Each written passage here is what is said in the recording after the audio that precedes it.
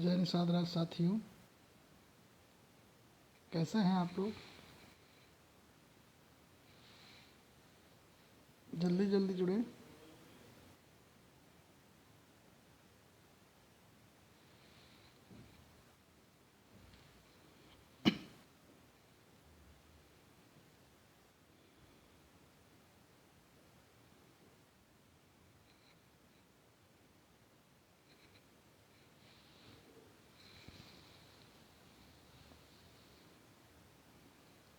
दोस्तों,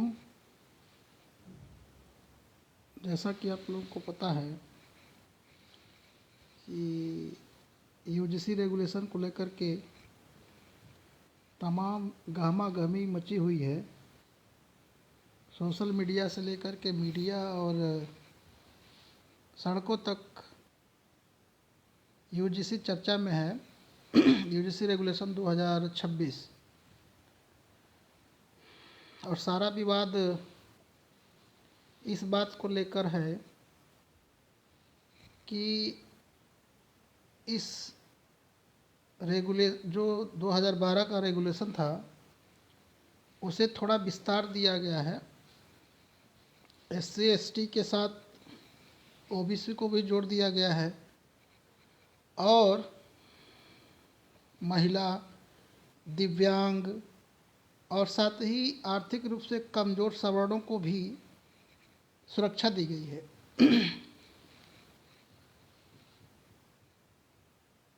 अगर कोई गरीब सवर्ण है और उसके साथ आर्थिक आधार पर अगर भेदभाव होता है किसी कैंपस में, किसी केंद्रीय विश्वविद्यालय में, किसी एनएलयू में, किसी भी प्राइवेट संस्थान में, शिक्षण संस्थान में जहाँ उच्च शिक्षा दी जा रही हो, तो वह भी शिकायत कर सकता है। लेकिन इस रेगुलेशन को लेकर काफ़ी भ्रम फैलाया गया है कांग्रेस पार्टी द्वारा, क्योंकि कांग्रेस पार्टी ने कभी पिछड़ों का हित नहीं चाहा है। मंडल कमीशन की रिपोर्ट आई तो उसने दबा कर रखा, दशकों तक दबा कर रखा, और जब समाजवादियों की सरकार आई, वीपी सिंह प्रधानमंत्री बने, तब पिछड़ों को अधिकार मिला और मंडल कमीशन की सिफारिशें लागू हो पाई देश में और पिछड़ों को आरक्षण मिल पाया। तो आज़ादी से लेकर अब तक कांग्रेस पार्टी पिछड़ों की शत्रु रही है, यह तो सर्वविदित है। और नहीं जिनको पता है वो जान लें, क्योंकि एकमात्र राष्ट्रीय स्तर की पार्टी कांग्रेस पार्टी है जो खुले मंच से यूजीसी रेगुलेशन 2026 का विरोध करने वालों के साथ खड़ी है।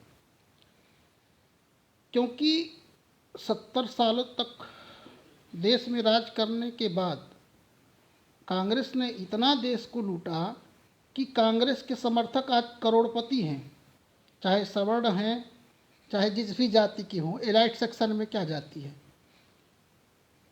तो आज एलाइट सेक्शन जो है वो कांग्रेस की विचारधारा को मानता है। और चूंकि यह रेगुलेशन एलाइट सेक्शन के खिलाफ है, क्योंकि इस रेगुलेशन में एससी एसटी ओबीसी ही नहीं, गरीब तबके के सवर्ण भी शामिल हैं। और दर्द उन्हें हो रहा है जो धन्ना सेठ टाइप के सवर्ण हैं, और वो चूँकि जानकारी तो है नहीं इस कानून के बारे में लोगों को ज़्यादा, तो भड़का रहे हैं। और ये सारी चीज़ें कांग्रेस के इशारे पर ही हो रही हैं।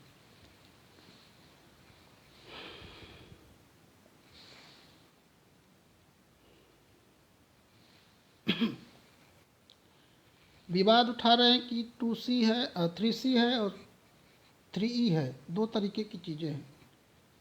हमने एक वीडियो बनाया था और उसमें बताया कि उद्देश्य पढ़िए, जो बिंदु 2 पर दिया हुआ है उद्देश्य इस रेगुलेशन का, वो कहता है कि वो हर तरीके के भेदभाव के खिलाफ है, चाहे धर्म के आधार पे हो, नस्ल के आधार पे हो, क्षेत्र के आधार पे हो या जन्म स्थान दिव्यांगता के आधार पे हो या लिंग यानी किसी महिला के साथ भेदभाव हो, उसे ये रोकने का कार्य करेगा। धर्म तो स्पष्ट रहेगा, धर्म के आधार पर किसी व्यक्ति के साथ अगर भेदभाव होता है तो वो जरूरी नहीं है कि मुस्लिम ही हो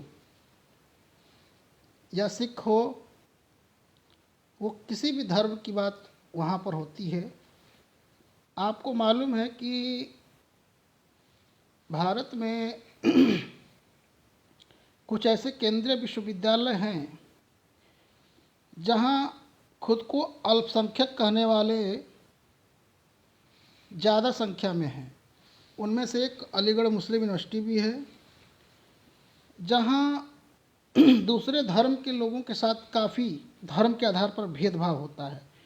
तो उसमें चाहे सवर्ण हो, पिछड़ा हो, दलित हो, सबके साथ वो भेदभाव है। तो वो अपनी शिकायत कर सकते हैं इस रेगुलेशन के तहत। ऐसे ही भारत तो कोई छोटा सा देश है नहीं। श्री कश्मीर से कन्याकुमारी तक, कटक से कच्छ तक भरा हुआ है, भारत का विस्तार है। यहाँ पर तमाम तरीके की जनसंख्या रहती है और हर क्षेत्र का अपना डेमोग्राफी है। तो बिना कुछ सोचे समझे लोग इसका विरोध करने उतर आए और बिना चीज़ों का एनालिसिस किए दबाव में आकर हमारी न्यायपालिका ने स्टे भी लगा दिया, सर्वोच्च न्यायालय ने।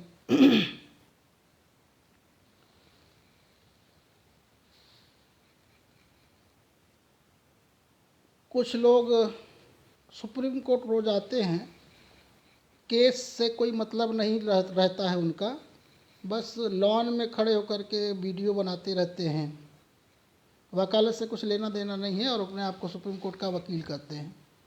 ऐसे लोग खड़े होकर के जो सोशल मीडिया वाले हैं या फिर छोटे मोटे मीडिया हाउस हैं, उनको बाइट देते हैं कि अगर कोई छात्र है, सवर्ण जाति का है, उसके साथ अगर हो जाता है, कोई शिकायत हो जाती है, वो जेल चला जाएगा। अरे भैया, कानून के जानकार हो, वकील हो तो जानकारी रखो ना कि यह जो रेगुलेशन है वो सिविल नेचर का है, डिसिप्लिनरी एक्शन होगा। SC/ST एक्ट की तरह जेल थोड़े होगी। जब जानकारी ही नहीं कानून की तो उस पर बोलने के लिए खड़े हो जाते हो गाउन पहन के। मैंने देखे ऐसे कई वीडियो जिसमें मूर्खानंद लोग खड़े होकर के अनाप शनाप कुछ भी जो है विरोध के नाम पर बकते हैं, कानून नहीं पढ़ते, न जानकारी रखते हैं। कहते हैं कि सवर्ण के साथ जातिगत भेदभाव होगा तो वो कहाँ जाएगा। अरे भाई, उल्टी गंगा बहाओगे क्या? सवर्ण के साथ कोई इतिहास बता दो कभी भेदभाव हुआ हो जाति के आधार पे। आर्थिक आधार पे तो संभव है। एक अगर एलाइट सेक्शन का व्यक्ति है और कोई गरीब सवर्ण बेचारा रिक्शा चालक का लड़का जाता है पढ़ने, किसान का लड़का जाता है पढ़ने, भले ही वो तिवारी पांडे हो, तो उसके साथ भेदभाव संभव है।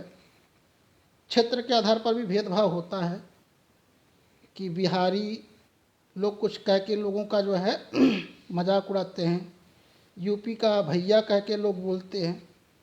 तो इस तरीके के भी भेदभाव हैं। अगर हम बिहार का व्यक्ति किसी दिल्ली के संस्थान में या महाराष्ट्र के संस्थान में जाता है तो उस पर लोग टिप्पणियां करते हैं क्षेत्र से संबंधित। तो उस तरीके के भेदभाव के खिलाफ भी यह रेगुलेशन है। जाति के आधार पर भेदभाव को विशेष रूप से परिभाषित इसलिए किया गया है ताकि कोई कन्फ्यूजन न रहे। जब पहले ही पता है कि जाति के आधार पर सवर्णों के साथ कभी भेदभाव न हुआ है, न हो सकता है, तो उस कन्फ्यूजन को दूर करने के लिए ही विशेष रूप से 3C लाया गया है। और 3E में सभी लोग हैं, आर्थिक, धार्मिक, जेंडर, दिव्यांग। तो इन चीज़ों को आप समझ नहीं पा रहे हो, बस तो समझो और देश में शांति बनाए रखो। जय निसर्ग राज।